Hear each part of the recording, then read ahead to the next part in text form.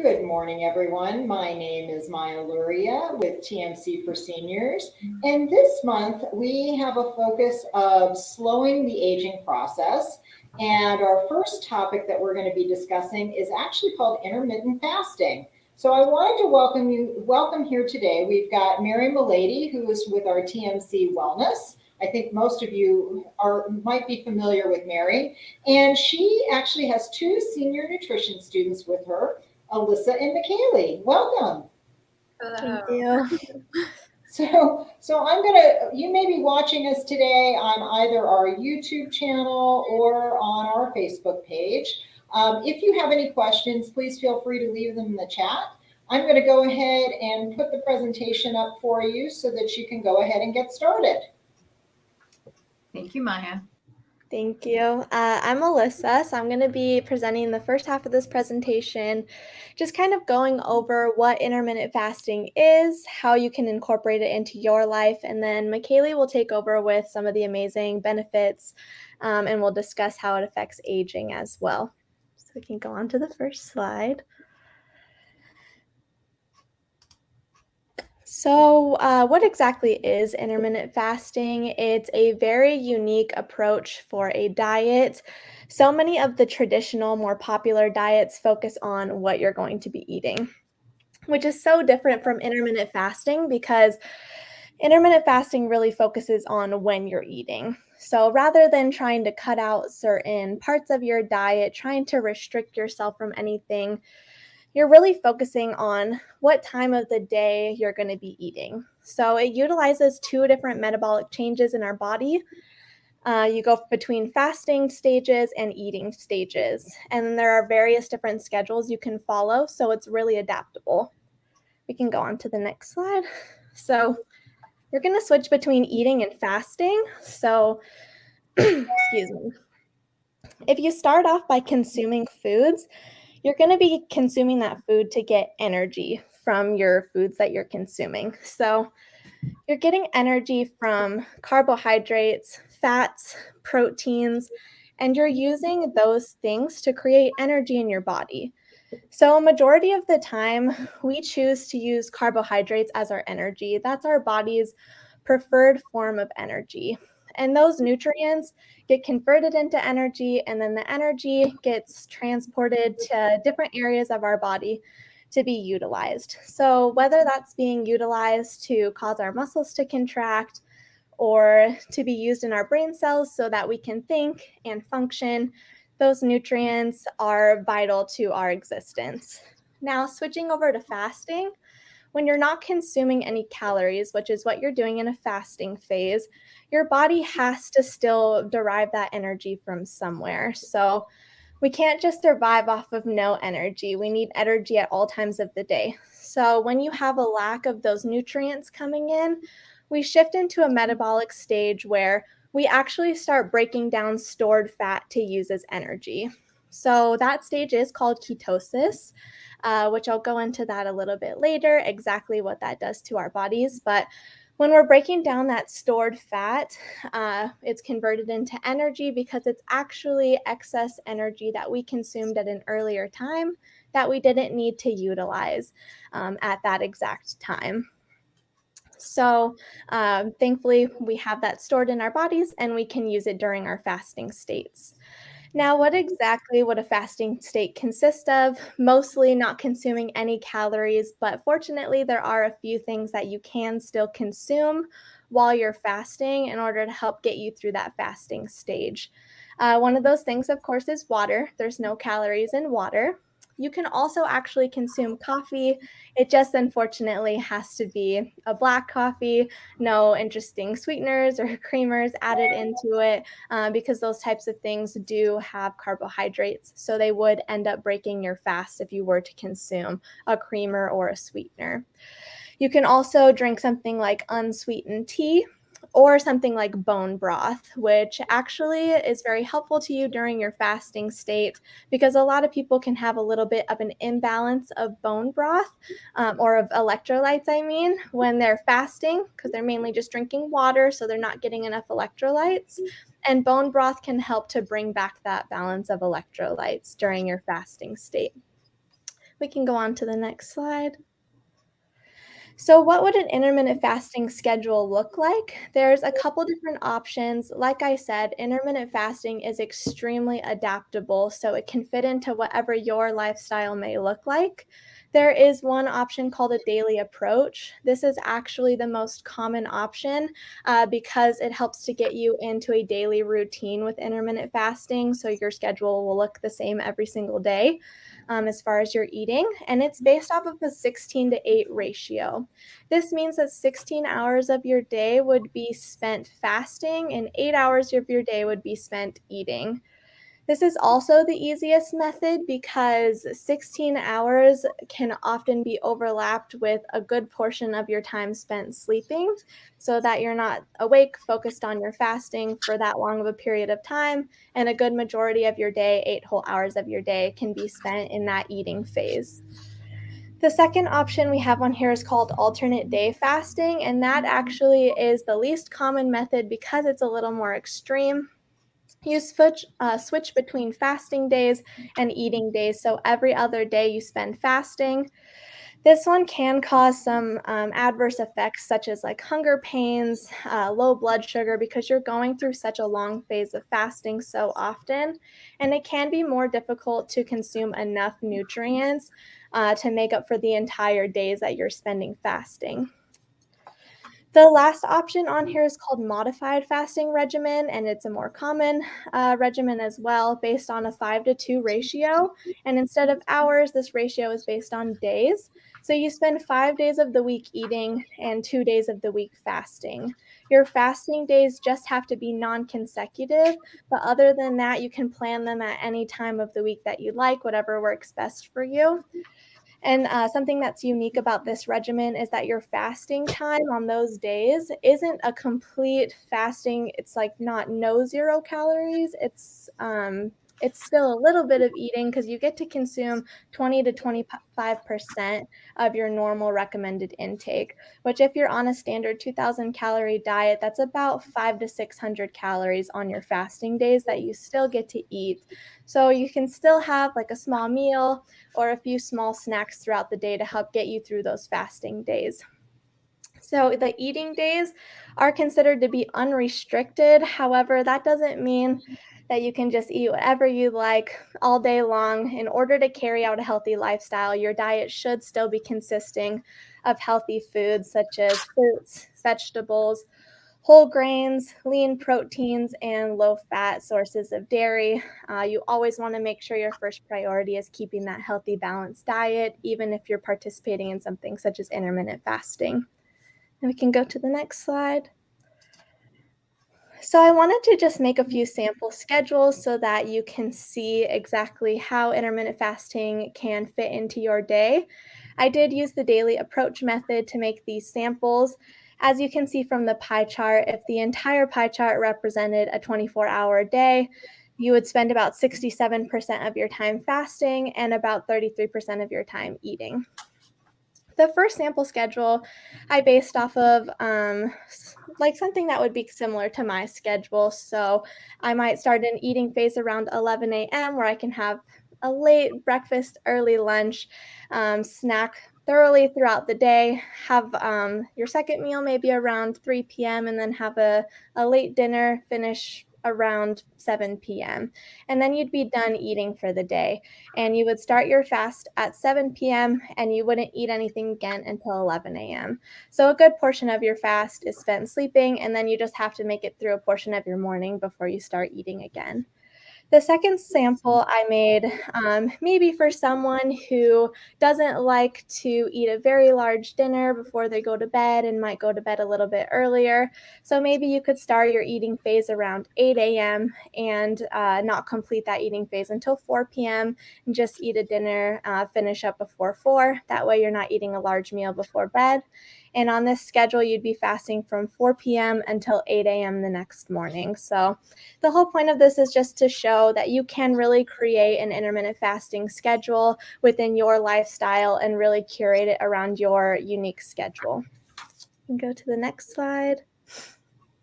So, where exactly did intermittent fasting come from?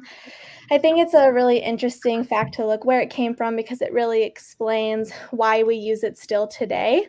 In prehistoric times, before farming was really established, we as human beings were hunters and gatherers. So we had to go out and hunt for our protein and gather things like fruits and vegetables and seeds in order to maintain a diet and live our daily lives. Because of this hunter and gatherer lifestyle, we had to adapt in order to be able to live through long periods of time where food wasn't available and still be able to expend that energy it took to go out and hunt. So, this evolutionary adaptation made it so that we are genetically able to store energy as we're taking it in through food so that we can use it later when we go through periods without food. So, now that this is genetically an advantage for us to be able to use energy while we're in a state of fasting, that's where the whole idea of intermittent fasting came from. In order to use excess energy that we take in when we're eating, we either need to go through periods of fasting or utilize it through physical activity. So it can be really healthy for us to have phases of fasting and use up that stored fat we have for excess energy, just as our prehistoric ancestors did. You can go to the next slide. Before we get into the benefits of intermittent fasting and how it might affect aging, I did want to make a little disclaimer about how intermittent fasting may not be perfect for everyone. Before making any drastic change to your diet, you should always consult with your physician or a registered dietitian as well in order to determine what diet may be best for you. There are some different predisposing factors that may make intermittent fasting not the safest option for you, such as if you're pregnant, breastfeeding, or if you're someone who's under the age of 18 years old. Any of those people are at an increased need for nutrients in order to support their development and growth. So, limiting that to certain periods of the day might not be the safest for them. As well as if you're someone who is diagnosed with diabetes. People who are diabetic do need to make sure that they're balancing their blood sugar levels, and periods of fasting can make blood sugar fall to dangerously low levels for people who are diabetic, so be extremely careful with that, as well as anyone who may have a medical condition that limits nutrient absorption. Your number one priority should always be ensuring that you're taking in an adequate amount of nutrients and that you are having a balanced, healthy diet. We can go on to the next. I just wanted to give a little overview of the benefits of intermittent fasting we're going to be discussing today. The first we're going to talk about is the benefits it can have on aging, how it can improve your brain health, how it can combat different effects of chronic diseases, and how it can cause weight loss. We can go to the next. Before diving into the benefits, I also wanted to kind of explain how intermittent fasting causes these benefits. It's commonly known that weight loss and lower calorie consumption in an individual who is overweight is known to produce health benefits. Many different chronic diseases, a lot of suggested interventions for people with chronic diseases can be to lose weight or to stick to a certain diet. So it's very well known that weight loss can produce health benefits, but that's not the only key benefit in intermittent fasting. When we go into that fasting state and we're breaking down fat to use for energy and we're entering that state called ketosis, it can actually influence other molecules in our body that can produce health benefits and benefits having to do with age, such as improving glucose regulation, which can be specifically done by ketone bodies. And glucose regulation has to do with your blood sugar. So making sure to balance that blood sugar well is really important. It can also increase stress resistance. Now, When we usually think of stress, we think of like psychological stress or the feeling that we get when we're overwhelmed, that kind of stress. But this stress has to do with the stress that our cells have to go through. And our cells may get stressed when there's an environment where there's not enough nutrients available, or when they face a foreign substance such as a virus, they can go through stress. And that stress can cause inflammation in our bodies, in our immune systems to get involved, and that can create all sorts of adverse side effects. So, intermittent fasting has actually been proven to help increase the resistance we have to that stress, to help control our inflammation levels, and just really overall help with symptoms such as those. You can go ahead to the next slide. So, how exactly does intermittent fasting affect aging? Of course, like we've said, it does produce weight loss, and weight loss and a decrease in calories overall has been proven to increase a lifespan, both in human and animal studies. One example is a study that was performed on rats, which shows that intermittent fasting can increase their lifespan by about 80% on average, in comparison to another group of rats who were not on the intermittent fasting diet. So that's a pretty significant change in lifespan. There's also been studies that have found that intermittent fasting can decrease the amount of pro-aging proteins in our bodies, as well as age-associated inflammatory markers, which, like I said, inflammation can cause a lot of different adverse side effects, such as pain. So decreasing these inflammatory markers can be really helpful to our health, and as well as decreasing LDL cholesterol in the body, which LDL cholesterol is what can cause a lot of plaque to build up in our arteries. And over time, when that builds up, it can cause things like heart attacks, strokes, blood clots, a lot of horrible chronic diseases or occurrences like that. So decreasing that LDL cholesterol can be extremely helpful and avoid certain chronic diseases. Lastly, intermittent fasting has been shown to reduce age related frailty. So it can help to preserve some of our muscle mass and bone density as we age, which is really helpful to keep us strong and prevent anything like osteoporosis. We can go to the next slide. I just wanted to quickly discuss weight loss in intermittent fasting. Weight loss occurs because we're using up that stored fat in our body to utilize it as energy when we're going through the fasting state, which is where there's an absence of calories. And it's been found in a study that intermittent fasting can cause an average decrease in weight of about 0.8% to 13% of total body weight. This, of course, will depend on your individual body type and your metabolism, how much weight you may lose, or even what your current weight would be. So it's not going to be the same for everyone. We can go on to the next. One study that studied intermittent fasting and weight loss split a group of women into two different groups. One of the groups was put onto an intermittent fasting diet, and the other group was just on a reduced calorie diet. So they didn't have any time restrictions for when they were eating, and the intermittent fasting group didn't have any calorie restrictions. It was found that both groups actually had the same amount of weight loss over the same period of time. So both caused weight loss, but intermittent fasting actually ended up producing some extra benefits that the reduced calorie group didn't find.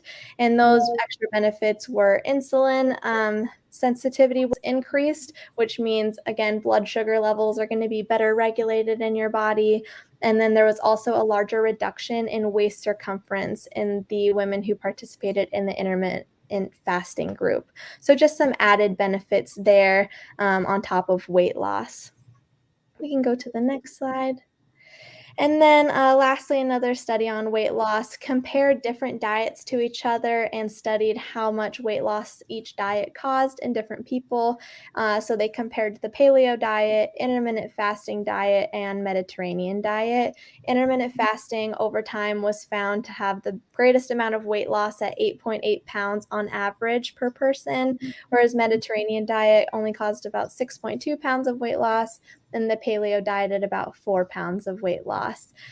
This could be because of the intermittent fasting's very effective ways of causing weight loss, but another factor that's really strong with intermittent fasting is the fact that it's not restricting foods as other diets are. So it's a lot easier to adhere to this diet on a long-term setting because you're not feeling so restricted with what you're eating. We can go to the next slide. Okay, so I will take over and talk a little bit about intermittent fasting on the brain and some chronic diseases that it can affect. Intermittent fasting causes metabolic switching, which increases neuroplasticity in the brain. This optimizes the brain function and increases the brain function as well. When brain function increases, it also increases the brain's resistance to injury and disease. A study by neurologist Mark Mattson, which is very popular, concluded that intermittent fasting can create new brain cells and brain tissue, which are key to things like mood, memory, and focus. Intermittent fasting also creates proper insulin regulation and increases human growth hormone. We also call this HGH. HGH can increase cellular repair and is linked to neuroproductivity and anti-aging effects as well. HGH is also linked to improvements of cognition, neuroprotection, and increases neurogenesis. Studies have shown that intermittent fasting puts a stressing on the brain in a good way, like how you would stretch a muscle. This can increase mental clarity and many other things, including memory. You can go to the next slide. Studies have also shown that not only is intermittent fasting proven to help brain function, but it also helps reduce risk of many chronic diseases, which include arthritis, fibromyalgia, lupus, multiple sclerosis, many different types of cancer, Alzheimer's disease, cardiovascular disease, and Parkinson's. Heart disease and liver disease are also included. This graph on the right shows some facts about chronic disease in people 65 years or older. Almost 80% of people who are 65 years or older have at least one chronic condition, and 65% of people who are 65 years or older have 2 or more chronic conditions. Some of the most popular conditions on this chart include hypertension, high cholesterol, and arthritis. On this list, it also includes diabetes and Alzheimer's disease. You can go to the next slide, Mary.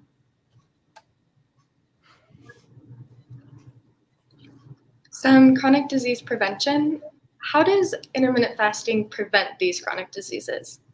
By eating at specific times of the day and fasting for a period of time, it can help improve immune and stress response. Intermittent fasting also reduces inflammation, kickstarts ketogenesis, and improves gut health.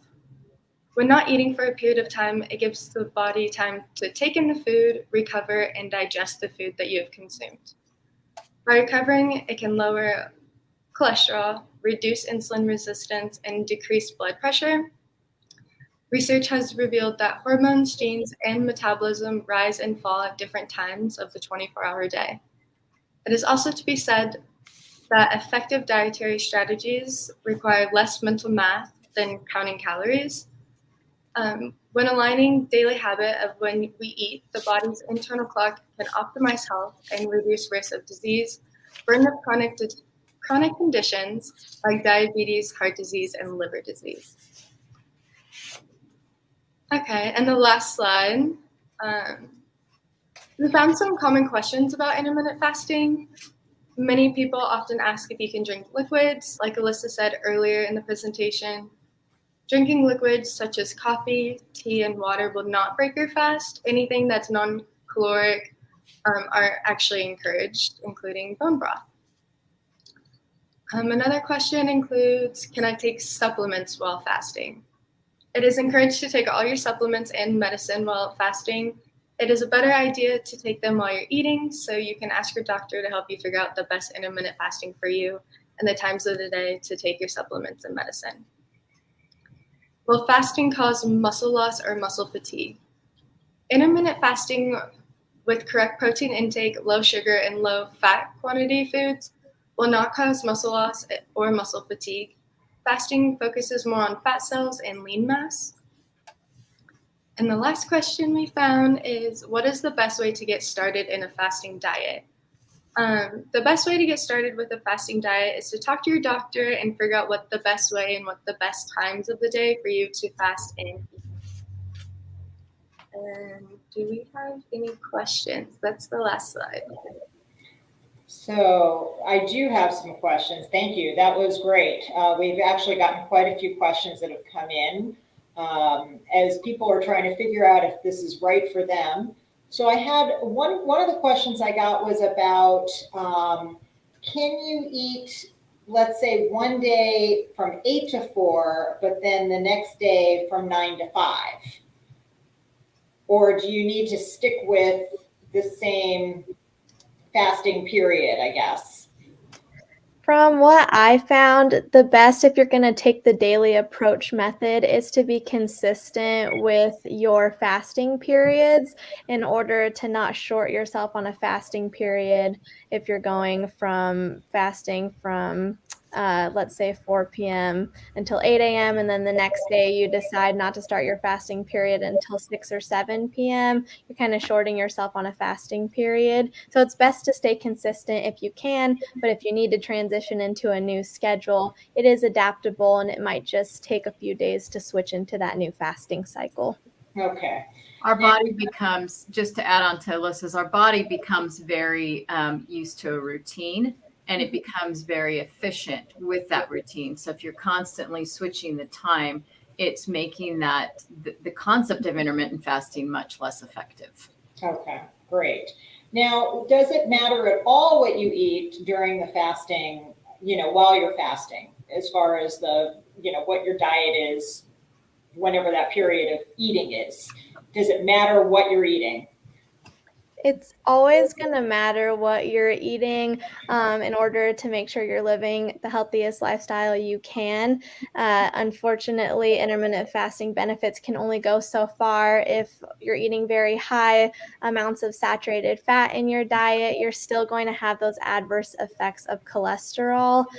Intermittent fasting can only help so much. So you want to make sure that you're still replenishing your body with the best nutrients you can by getting plenty of fruits, vegetables, whole grains, and proteins to give your body the best fighting chance to fight against chronic diseases that you can.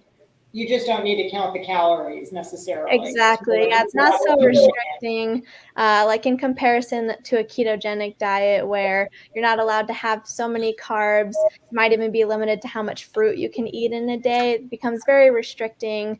Intermittent fasting isn't like that. If you want to have an apple and a banana in the day, you absolutely can. So it's much more freeing in that sense. Okay. And is there like a 12-hour schedule that would be as effective as the 16-8 schedule that you talked about? As far as when I was doing research, I found that the 16-8 method was the most effective, but there was a 12-hour fasting and eating regimen as well. I just wasn't able to find as much research on that one being as effective as a 16-8 ratio. So most of the research shows that the benefits at a cellular level really become more notable after 14 hours. So that's why it kind of shifts to that 16-8, is because that's when you really start to see at a cellular level that regeneration and all of the other metabolic functions to really be at their peak. Okay. What's the best way to manage hunger while you're fasting? Because I'm sure a lot of folks I had a couple of questions that came in. They need ideas. How can they manage that hunger while if they were choosing to do the intermittent fasting diet? I think that having like tea or coffee is a great idea, especially bone broth. That will give you some nutrients and probably not make you as hungry for sure. But so a lot of the research shows that it does take 2 to 4 weeks for your body to become accustomed to this eating pattern. And it is to be expected that you might be a little hangry in those 2 to 4 weeks. So maybe have a sign that says, please forgive me. I'm hungry. But after that, after a certain period of time, your body, like I said, our bodies are so efficient. They get used to routines that you should not anticipate long-term that you're going to be feeling hungry during that fasting stage. And especially like Alyssa said, if you choose that 16-8, many of those hours, you're asleep anyway. So hopefully, you're not waking up experiencing these hunger pangs. That's kind of what makes that 16-8 plan so much more easy to manage, is that you're asleep for many of those hours. And you might sleep longer, who knows, right? You're like, not thinking about that next meal. Yeah.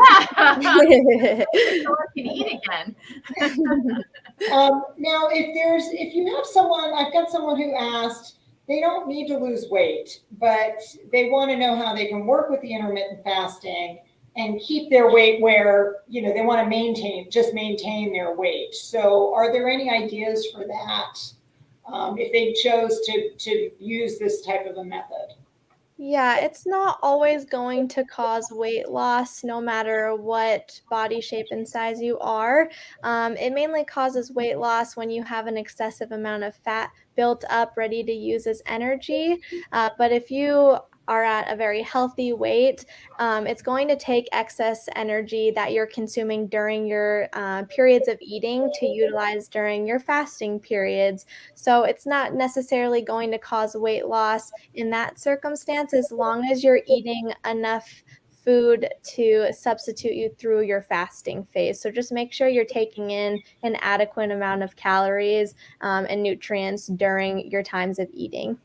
Okay. So for many people, Maya, this intermittent fasting, what it does for us is it turns off that continual grazing. So if you have a start and an end time to your eating period, it stops that grazing habit. So this intermittent fasting can almost be looked at as a behavior change rather than just a diet. It's how we're eating, because we're focused on, okay, I'm not going to eat from this time to this time. Okay. The last question that I have here is about the supplements. If you're taking supplements can you take them during the fasting period, or would that interfere? I know I saw one of the questions you asked or you had up here was about using your supplements, but you taking it with food. So I wasn't sure whether that would be an issue. It's just more encouraged to take it while you're eating, but it won't affect your when you're not eating, it won't affect your fast or anything. Okay. So they could take it at any time then, just with water, and that would be fine. Okay, great. Thank you, ladies. That was wonderful. We will share out this presentation with anyone who registered for today's presentation. And I just want to thank you all for being here. We do have another Slow the Aging process in line for tomorrow. We'll be doing Positive Perspectives with Ann Morrison. She'll be on at 2 p.m. on Thursday, November 11th. So we look forward to seeing everyone back then. And I just want to thank you all for being here today. Thank you so much. Thank you. Nice job, Alyssa and Kaylee.